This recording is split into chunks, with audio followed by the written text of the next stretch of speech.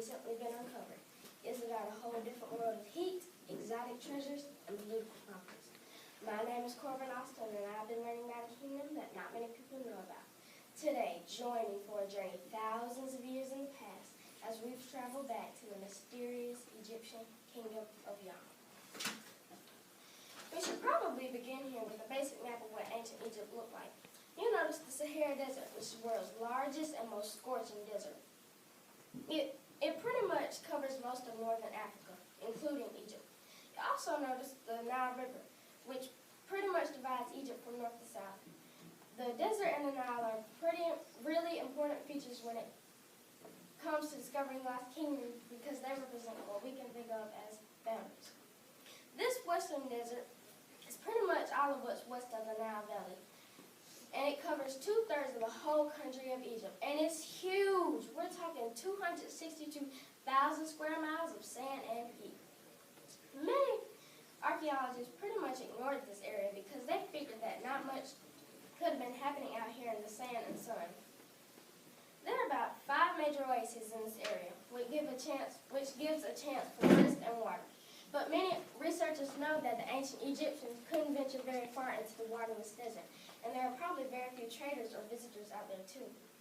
But in 2003, a German explorer named Carlo Bernner went off the standard travel route, and this made other Egyptologists think that this deserted area wasn't so deserted after all. In 2007, Maman Mori and Mark Borda teamed up to make another desert trip, and what they found made the news. After only traveling into the desert 12 miles each day, searching every rock and cave, their hard work finally paid off. One day, while Borda was looking through his binoculars, he saw a huge boulder with hieroglyphics and other information written on them. The hieroglyphics were translated by scholars, and they like to note zigzag hills, which made them think that the kingdom of Yam was probably somewhere in northern Chad, and the Yam people would come up to Egypt to trade. According to the Egyptian governor of the 13th century, Yam was a land of ebony, incense, leopard skins, elephant tusks, and boomerangs. This writer was named Harkuf and was said to have traveled into Yam 4 times for trade. This 4th time was most well known because he wrote back to his current leader, King Poupée II. He said that he had managed to acquire a dwarf and he would bring it back for his king's entertainment.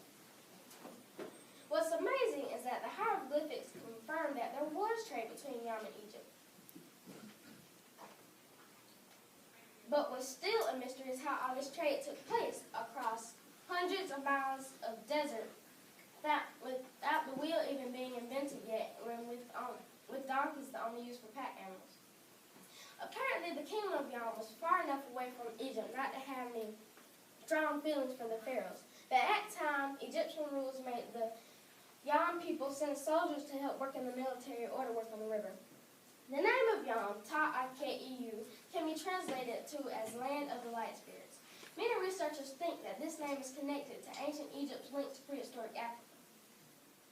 No matter how the translations read, there is still much we don't know about ancient Egypt, life in the hot sands, and the mysterious kingdom of Yam.